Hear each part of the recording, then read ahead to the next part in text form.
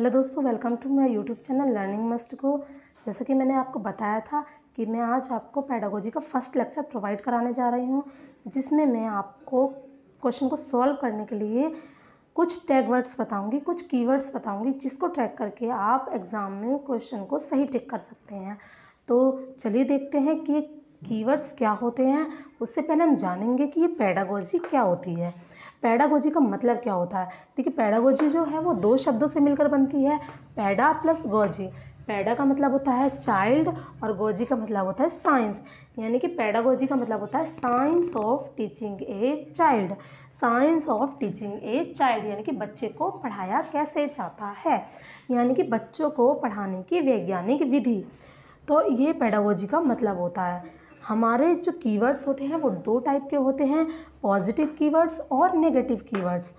Positive keywords होते हैं वो हमारी पेडागोजी के कुछ बेसिक पॉइंट्स होते हैं, जिनको ध्यान में रख के हम क्वेश्चन का आंसर दे सकते हैं।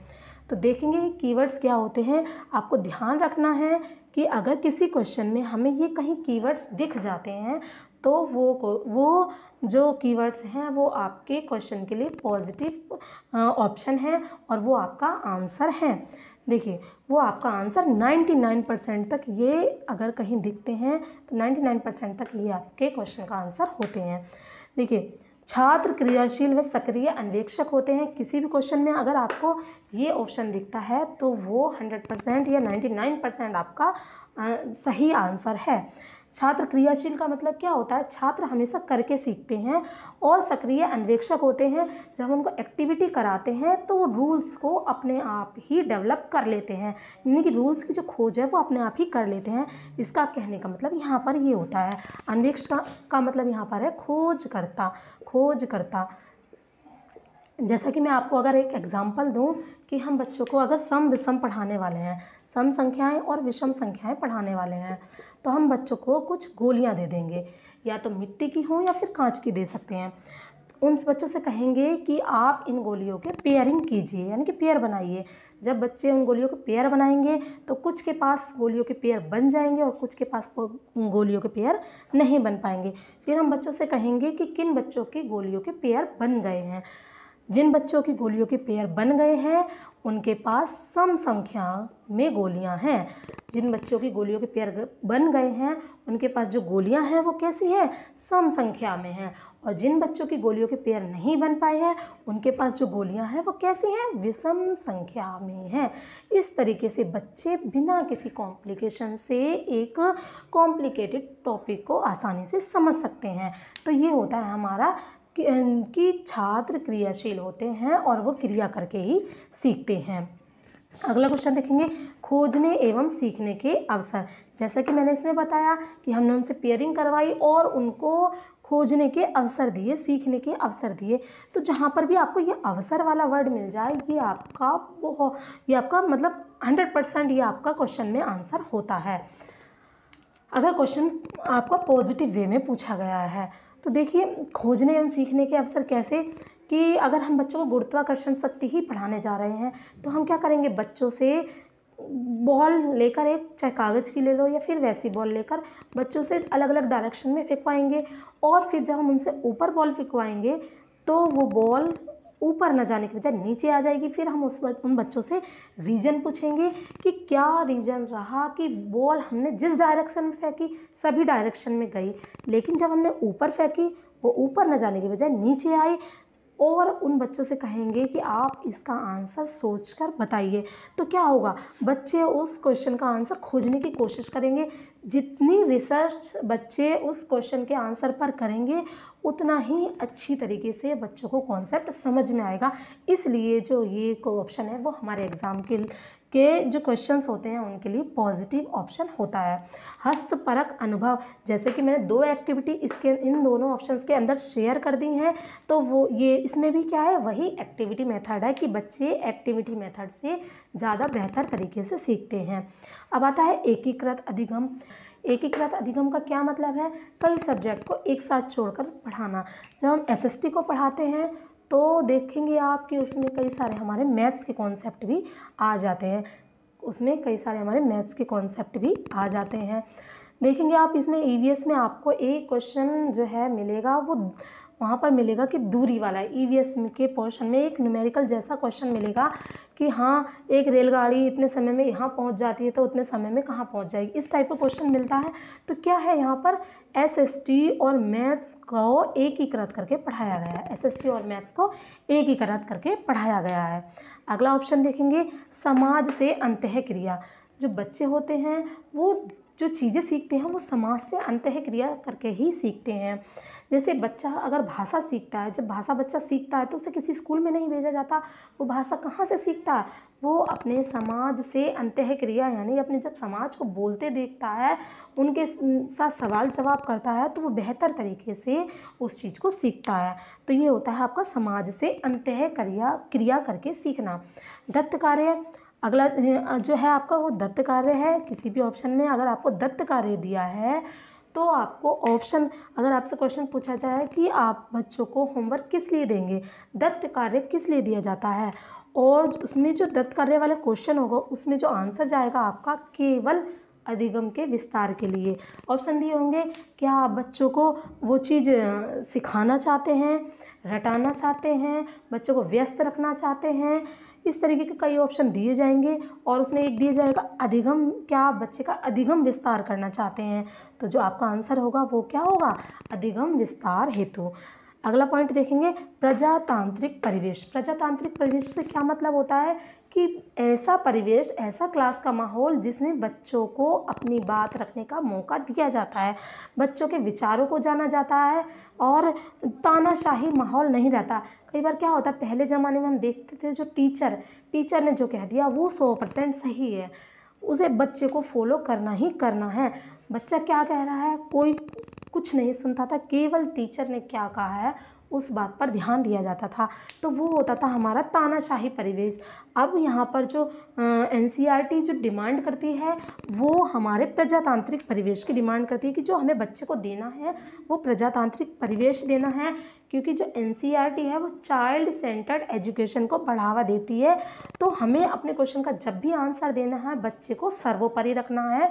और प्रजातांत्रिक माहौल से आप मतलब समझ गए होंगे कि हमें बच्चों की बातों को महत्व देना है, बच्चों की बातों को सुनना है। परियोजना कार्य क्या होता है, प्रोजेक्ट वर्क। अब देखते हैं कि आजकल के मॉडर्न स्कूल में बच्चों को प्रोजेक्ट दे दिए जाते हैं, कि प्रोजेक्ट बनाइए, सोलर सिस्टम पर प्रोजेक्ट बनाइए, या फिर वाटर कंडेंसन पर प्रोजेक्ट बनाइए, जो है कि जल चक्र पर प्रोजेक्ट बनाइए। इस तरीके के प्रोजेक्ट दे देते हैं। वो क्यों देते हैं, जब बच्चा प्रोजेक्ट बनाता है तो वो कई तरीके की चीज़ें सीखता है।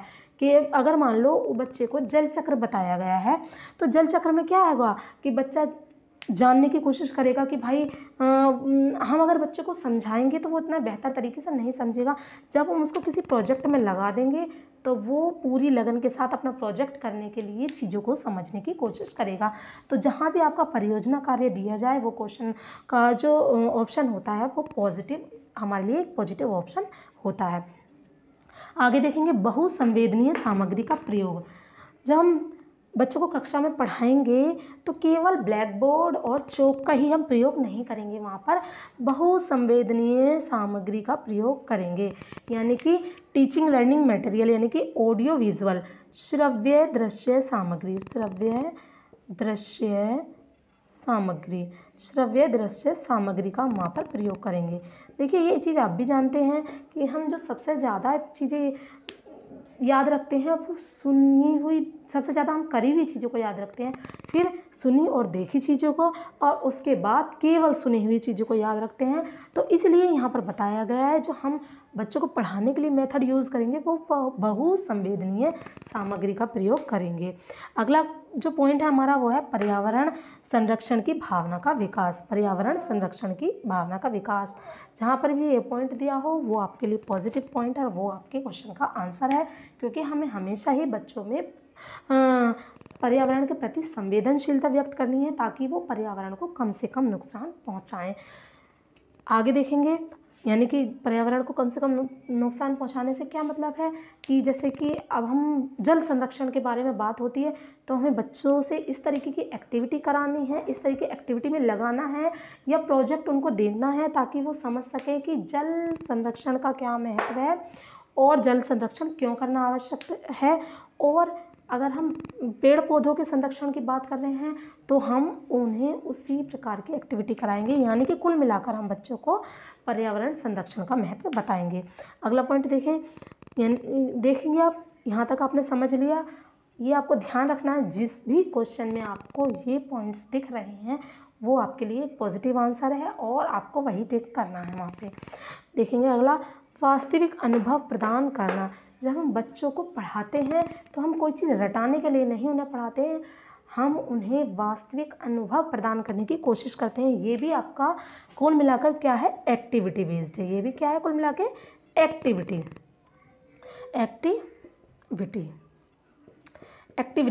रिलेटेड है। अगला देखेंगे, प्रोत्साहन, विस्तार और व्यापकता। हमें बच्चों को हमेशा ही चीज़ों को सीखने के लिए प्रोत्साहित करना है, इसलिए बच्चों को प्रोत्साहन, जो हमारा ऑप्शन जाएगा, अगर किसी क्वेश्चन में हमारा ऑप्शन प्रोत्साहन दिया है तो वो एक पॉजिटिव आंसर है, हमारे लिए पॉजिटिव ऑप्शन है। दूसरा, अगर विस्तार दिया गया है, यानी कि हमें बच्चे को जो पढ़ाना है वो उनके अधिगम विस्तार के लिए पढ़ाना है, ना कि चीज़ें रटाने के लिए, तो ये भी आपके लिए एक पॉजिटिव पॉइंट होगा। और व्यापकता, और हमें बच्चों को की जो सोच है उसको व्यापक बनाना है, उसकी सोच को व्यापक बनाना है, उसे मल्टीपल तरीके से सोचने के लिए प्रेरित करना है, कई तरीके से, मतलब कि हर चीज़ के अच्छे बुरे पहलू को सोचना और समझना उन्हें सिखाना है। अगला देखेंगे, प्रिंट समृद्ध माहौल। बच्चों को पढ़ाने के लिए किस तरीके का माहौल होना चाहिए, वो प्रिंट समृद्ध माहौल होना चाहिए। यानी कि देखेंगे आप, जो आजकल गवर्नमेंट प्राइमरी स्कूल हैं या फिर प्राइवेट स्कूल्स भी हैं, उसमें प्रिंटेड मटेरियल को बहुत ज़्यादा महत्व दिया जाता है, जैसे कि दीवारों पर गिनती लिखवा देना, पहाड़े लिखवा देना, मैप बनवा देना और तरह तरीके की टीचिंग मटेरियल दीवार पर छपवा देना। इस तरीके के जो सामग्री है उसको हम बोलते हैं प्रिंट समृद्ध माहौल। तो आई होप आपको ये पॉजिटिव पॉइंट समझ में आए होंगे, और ये जो जहाँ भी आपको ये पॉइंट्स दिखें तो वो आपका क्वेश्चन का आंसर है। अगले देखेंगे, नेगेटिव पॉइंट क्या क्या होते हैं। जो नेगेटिव पॉइंट होते हैं, हमें कभी भी बच्चों को व्याख्यान नहीं देना, व्याख्यान विधि से कभी नहीं सिखाना। हम बच्चे को बताएं, बेटा गलत काम नहीं करना चाहिए, आपको पढ़ना चाहिए, आप यहाँ आते हो तो पढ़ने के लिए आते हो, तो बच्चे को कुछ समझ में नहीं आएगा, सब बच्चे के दिमाग के ऊपर से जाएगा। इसलिए हमें कभी भी बच्चे को क्या नहीं देना, व्याख्यान नहीं देना। अगले देखेंगे, वैज्ञानिक शब्दावली। हमें कभी भी बच्चे को वैज्ञानिक शब्दावली नहीं सिखानी, हमें बच्चे को सरल से सरल भाषा में चीज़ें सिखाने की कोशिश करनी है, और ना ही कभी उन्हें वैज्ञानिक शब्दावली याद करने के लिए देनी है। तो ये भी हमारा ऑप्शन क्या होता है, नेगेटिव ऑप्शन होता है।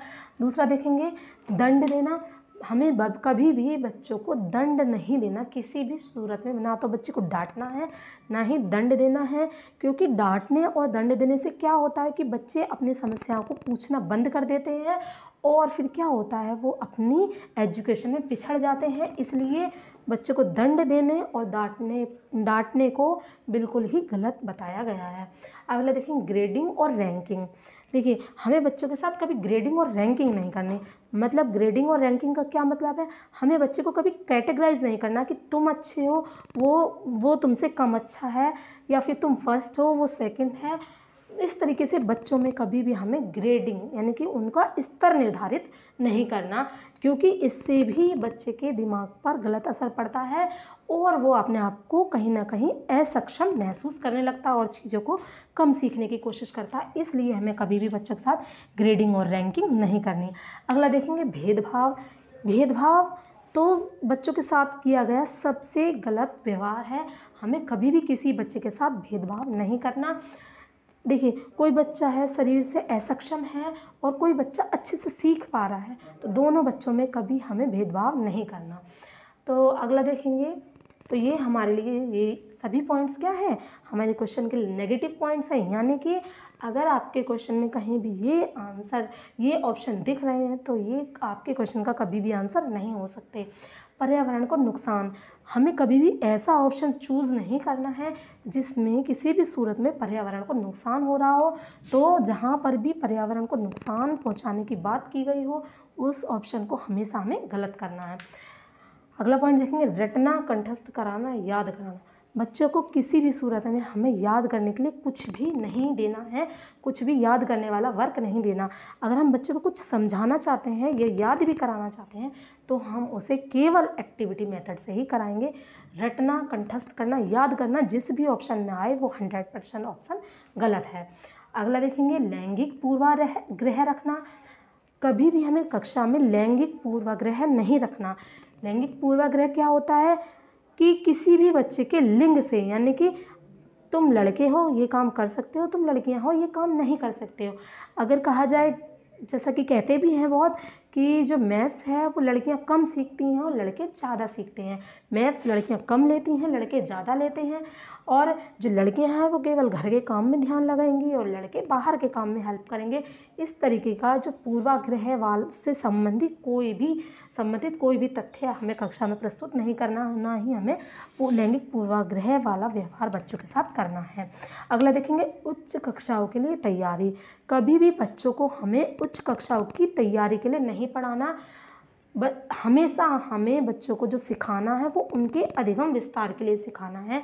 तो जिस भी ऑप्शन में आपको उच्च कक्षाओं की तैयारी के लिए पढ़ाया जा रहा है तो वो ऑप्शन आपके लिए हमेशा ही कैसा होगा, गलत होगा।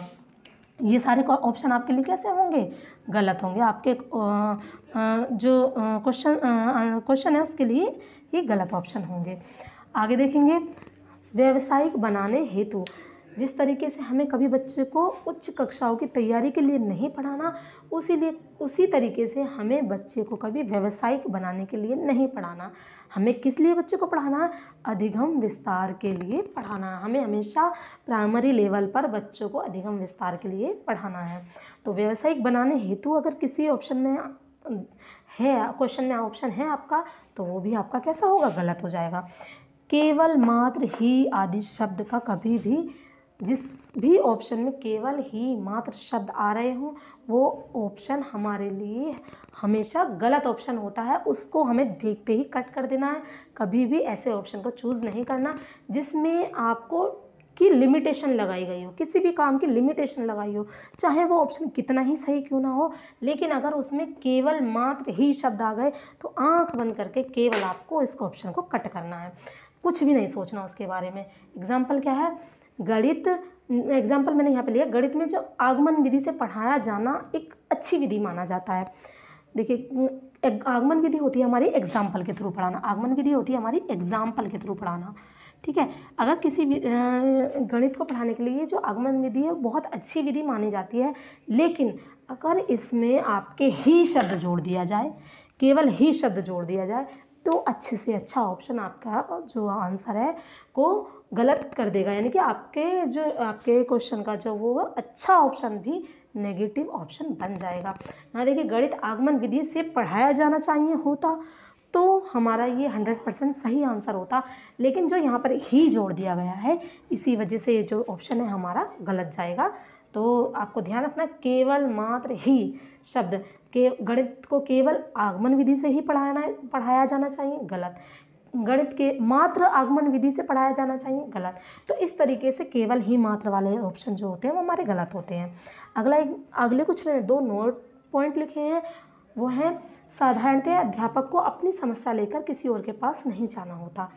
जो अध्यापक होता है उसकी पूरी तरह से रिस्पॉन्सिबिलिटी होती है कि वो बच्चे की हर समस्या को सुलझाए, और वो अपनी समस्या को लेकर कभी जो आमतौर पर किसी और के पास नहीं जाता।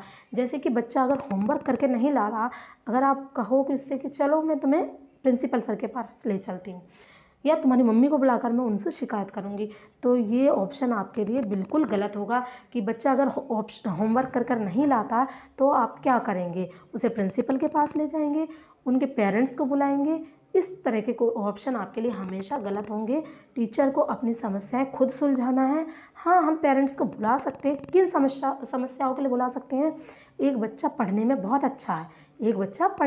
अच्छा है लेकिन कुछ दिनों से वो पढ़ाई पर कम ध्यान दे पा रहा है, कुछ दिनों से वो पढ़ाई पर कम ध्यान दे पा रहा है। इस स्थिति में हम उनके पेरेंट्स को बुलाएंगे और पूछेंगे कि क्या कारण है कि आजकल बच्चा जो है पढ़ाई में कम ध्यान लगा रहा है। तो उसका रीज़न क्या हो सकता है, या तो उसके घर में कोई समस्या चल रही है या उसका स्वास्थ्य सही नहीं है। तो ये चीज़ें हम जानने के लिए पेरेंट्स से कांटेक्ट कर सकते हैं, बट अपनी समस्याओं के लिए ना ही हम प्रिंसिपल के पास बच्चे को ले जाएंगे, ना ही उनके पेरेंट्स को बुलवाएंगे। तो आप समझ गए होंगे इस ऑप्शन को। अगला देखेंगे, कभी भी किसी विषय पर आपको समझाना नहीं है। बच्चे को कभी भी किसी भी विषय पर आपको लेक्चर नहीं देना। बच्चे को कभी भी किसी विषय पर आपको लेक्चर नहीं देना है, क्योंकि जब बच्चे को हम समझाते हैं ना, कोई भी चीज़ें बच्चे को समझाएं या हमें भी अभी तक भी कोई समझाता है, ज़्यादा समझाता है तो हम कहते हैं लेक्चर मत दो। तो ये तो छोटे छोटे बच्चे हैं, इनको क्या मालूम कि आप क्या बोल रहे हो। बच्चे को कभी भी हमें समझाना नहीं है, केवल उन्हें अनुभव प्रदान कर रहे हैं। अगर हम उन्हें कुछ सही और गलत चीज़ें बताना चाहते हैं तो केवल उन्हें अनुभव प्रदान करने हैं। आपने देखा है कि स्टोरी पहले बच्चों को बताई जाती है, उसके बाद नैतिक शिक्षा उसमें लिखी होती है। क्यों? क्योंकि बच्चों को एक अनुभव प्रदान करने की कोशिश की जाती है, जिससे कि वो खुद उस चीज़ को समझ सकें। तो जब एक छोटी सी बात को समझाने के लिए इतनी इतनी बड़ी कहानियाँ बच्चों की बुक्स में दी जाती हैं, तो हम कैसे एक बात को बच्चों को समझा कर बता सकते हैं। इसीलिए कभी भी हमें किसी भी बात पर बच्चों को लेक्चर नहीं देना है। तो आई होप आपको ये लेक्चर समझ में आया होगा, पसंद आया होगा। एक बार हम शॉर्ट में जल्दी से और देख लेते हैं कि हमारे पॉजिटिव और नेगेटिव पॉइंट क्या हैं, उसके बाद हम अपने लेक्चर को ख़त्म करेंगे। देखिए, छात्र क्रियाशील व सक्रिय अन्वेषक हैं, ये हमारे लिए सही आंसर होता है, ये पॉजिटिव ऑप्शन होता है। खोजने एवं सीखने के अवसर हमें हमेशा बच्चों को देने हैं। हस्तपरक अनुभव, बच्चों से हमेशा एक्टिविटी कराकर ही उन्हें कुछ चीज़ें हमें सिखानी होती हैं। बच्चों को एक्टिविटी मेथड से ही पढ़ाना होता है। एकीकृत अधिगम, बच्चों को जब भी हम कोई चीज़ पढ़ाएंगे तो सभी विषयों को जोड़कर पढ़ाएंगे। आगे देखेंगे, दत्त कार्य। जो दत्त कार्य है वो हमेशा किसके लिए दिया जाता है? अधिगम विस्तार के लिए दिया जाता है, ज्ञान अर्जित करने के लिए नहीं दिया जाता, और ना ही उन्हें उच्च तैयारी कराने के लिए दिया जाता है। अधिगम विस्तार हेतु दिया जाता है, मतलब जितना वो सीख गए हैं उसमें कितना इंक्रीज़ हो पा रहा है, कितना इंक्रीज़ हम कर सकते हैं। और हमेशा ये याद रखना है आपको, जो होमवर्क देना है बच्चों को वो उसके लेवल का देना है। अगर बच्चे का मतलब क्लास में सभी बच्चे एक ही लेवल के नहीं होते, तो ऐसा नहीं है कि बच्चे को अगर कुछ चीज़ें नहीं आती, हम उसको वही चीज़ बार बार होमवर्क में दे रहे हैं, वो नहीं कर पाएगा। कितनी बार आप दे लो वो नहीं सीखेगा। इसलिए जो बच्चे को हमें होमवर्क देना है वो उसके लेवल का देना है, उसकी क्षमता के अनुसार देना है। और आगे देखेंगे, प्रजातांत्रिक माहौल, यानी कि बच्चे को हमेशा अपनी बातें कहने का मौका प्रदान करना है। परियोजना कार्य, मतलब बच्चों को प्रोजेक्ट देकर चीज़ें सिखाने की कोशिश करना है। आगे, बहुसंवेदनीय सामग्री, यानी कि श्रव्य दृश्य सामग्री का प्रयोग करना है, जैसे कि हमारा टीवी का प्रयोग कर सकते हैं, प्रोजेक्टर का प्रयोग कर सकते हैं, ऑडियो वीडियो, इस तरीके का सामग्री का हम प्रयोग कर सकते हैं। अगला देखें, पर्यावरण संरक्षण की भावना का विकास, बच्चों के अंदर हमेशा ही हमें पर्यावरण को संरक्षित करने की भावना का विकास करना चाहिए। वास्तविक अनुभव प्रदान करना, हमें बच्चों को हमेशा वास्तविक अनुभव देकर ही सिखाना है, वही एक्टिविटी मेथड से सिखाना है। प्रोत्साहन, विस्तार एवं व्यापकता, बच्चों को हमेशा सीखने के लिए प्रोत्साहित करना है और उनके अधिगम का विस्तार करने की कोशिश करना है, और उनकी जो सोच को उसमें व्यापकता लाना है, ताकि वो हर चीज़ को सही और गलत पहलू को, हर चीज़ के सही और गलत पहलू को समझ सकें। प्रिंट समृद्ध माहौल, यानी कि बच्चों को प्रिंटेड मटेरियल, बच्चों की जो रूम में चार्ट वगैरह का जो है, चार्ट वगैरह या पेंटिंग वगैरह अच्छे से होनी चाहिए। ये एक पॉजिटिव आंसर होता है। और नेगेटिव तो अभी व्याख्यान नहीं देना हमें बच्चों को, वैज्ञानिक शब्दावली नहीं तैयार करानी, दंड कभी नहीं देना, डांटना कभी नहीं है, बच्चों को कैटेगराइज नहीं करना, बच्चों की तुलना नहीं करनी एक दूसरे से, भेदभाव नहीं करना बच्चों में, पर्यावरण को नुकसान करने वाला ऑप्शन गलत टिक करना हमेशा ही, रटना, कंठस्थ करना, याद कराना, ऐसा काम हमें बच्चों को कभी नहीं देना। लैंगिक पूर्वाग्रह, लड़के लड़की में कभी भी भेदभाव नहीं करना है। उच्च कक्षाओं के लिए तैयारी, कभी भी बच्चों को हमें उच्च कक्षाओं की तैयारी के लिए नहीं पढ़ाना। व्यावसायिक बनाने हेतु शिक्षा, ना ही हमें उन्हें व्यावसायिक बनाना। प्राइमरी लेवल पर हम उन्हें क्या ही उन्हें बिजनेसमैन बना देंगे, तो व्यावसायिक शिक्षा हेतु उन्हें नहीं पढ़ाना। केवल मात्र ही आदि शब्द जिसमें हो उसको ऑप्शन को हमें देखते ही गलत करना है।